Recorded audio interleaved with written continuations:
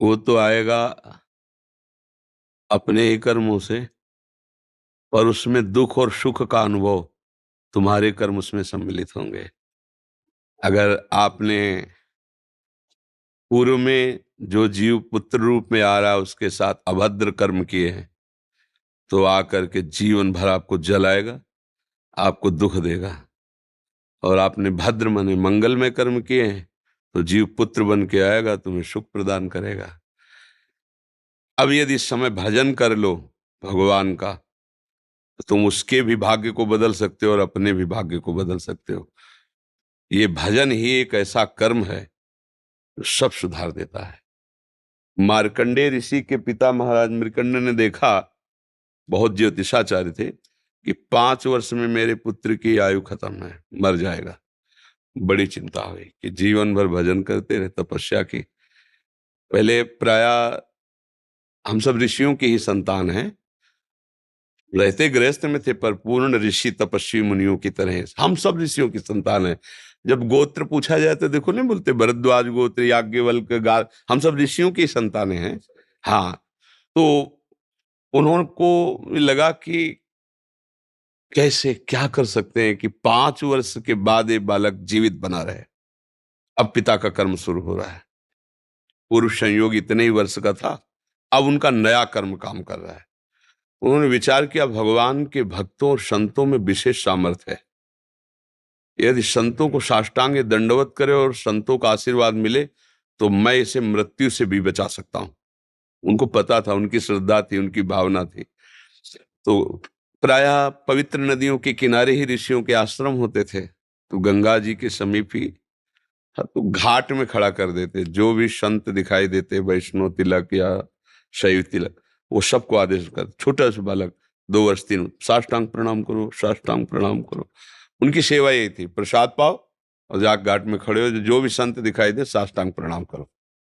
एक दिन प्रच्छन्न वेश से गुप्त रूप से सनक सनंदन सनातन सनत कुमार भी, अब आपको क्या पता कौन महात्मा किस कोटि का किस वेश में तुम्हारे पास बैठा है, या तुम्हारे संग वार्तालाप कर रहा है, या तुम्हें कभी मिल सकता है, हमारी दृष्टि नहीं है ना। और वो दिव्य महापुरुष थे, और वो देखा करते थे।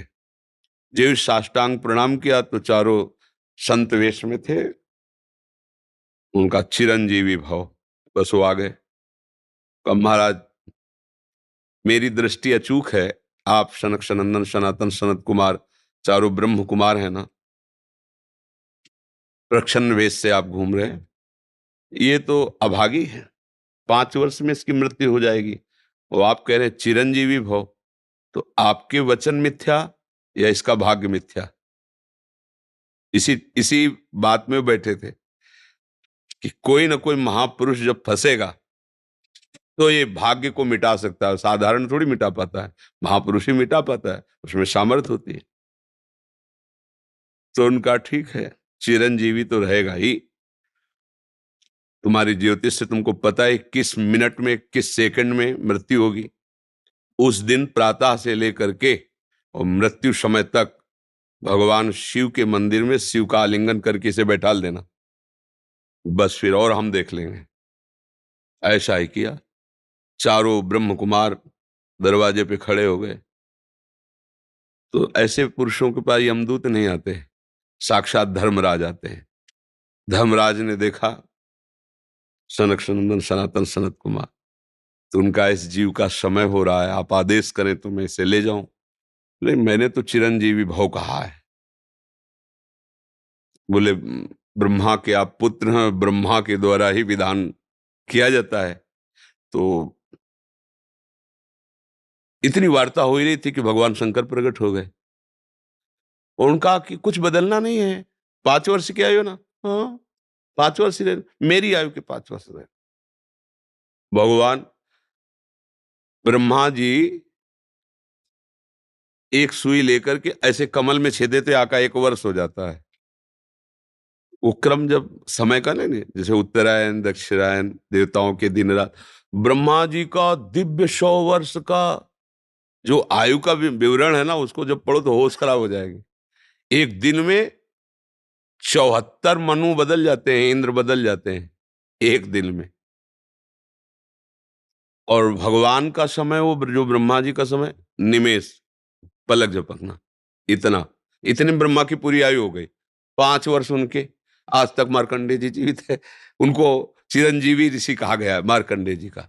अगर पिता भगवान का भजन करे तो अपने भाग्य और पुत्र के भी भाग्य को बदल कर जैसा चाहे वैसा कर सकता है। भावी मेट सके त्रिपुरारी।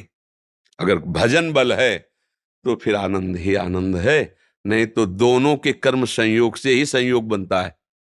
तो तुम्हारे पुत्र रूप में आ रहा है। अभी हमारा आपका पूर्व जन्म का कोई संयोग तो आपको देखते ही चिढ़ पैदा हो जाएगी। आप ऐसे वचन बोलेंगे कि मेरा हृदय जलने लगे ये आदमी क्यों आया हमारे सामने। वो हमारा कर्म है जो आपको भी जला रहा है, मेरे को भी जला रहा है, दोनों में द्वेष पैदा कर रहा है। और अगर अच्छा देखते ही ऐसा लगा कि मानो हमने बहुत समय से अपने प्रियजन को बाद में देख, ऐसा लगता है ये तो हमारे बहुत प्रिय, और देखकर आनंद है, आप जाओगे खुशी हुई, हमारे खुशी हुई, क्या हुआ। कर्म ही सबको दुख सुख देता है और कुछ नहीं। अगर कर्म को कोई मिटा सकता है तो भगवान का भजन मिटा सकता है दूसरा नहीं। खूब प्रभु का आश्रय लेकर के उनकी लीला गायन करो, नाम जप करो, सब ठीक हो जाएगा। और गर्भस्थ शिशु को भगवत चर्चा सुनानी चाहिए, उससे प्रभाव पड़ता है। जैसे माँ गर्भवती है तो चाहिए कि स्वयं स्वाध्याय करे, या फिर परिवार के जन कथा कह रहे हो चुपचाप शांति से बैठ के सुने और नाम जप करे, तो गर्भस्थ शिशु पर उसका प्रभाव पड़ता है। जैसे प्रहलाद जी जब कयाधु जी के गर्भ में थे तो नारद जी अपने आश्रम में लेकर के उनको भी भगवत चर्चा भक्ति का उपदेश किया, तो ऐसे महान भागवत 5 वर्ष में विश्व विजेता हिरण्यकश्यप को परास्त कर दिया। 5 वर्ष की आयु प्रहलाद जी की है और विश्व शक्ति संपन्न हिरण्यकश्यप परास्त कर दिया। अभिमन्यु जी गर्भ में ही थे, चक्रव्यूह का वेदन की क्रिया बताई तो 6 द्वार वेदने की क्रिया तक वो जगती रही, 7वें विश्व हो गई। तो फिर वो मतलब गर्भस्थ शिशु पर बाहरी चर्चा का प्रभाव पड़ता है, बाहरी आचरण का प्रभाव पड़ता है। यदि हम नाम कीर्तन, भगवत चर्चा, भगवत कथा वार्ता, तो उसमें भक्ति का अंकुरण हो जाएगा, गर्भस्थ शिशु में उसका प्रभाव पड़ जाएगा।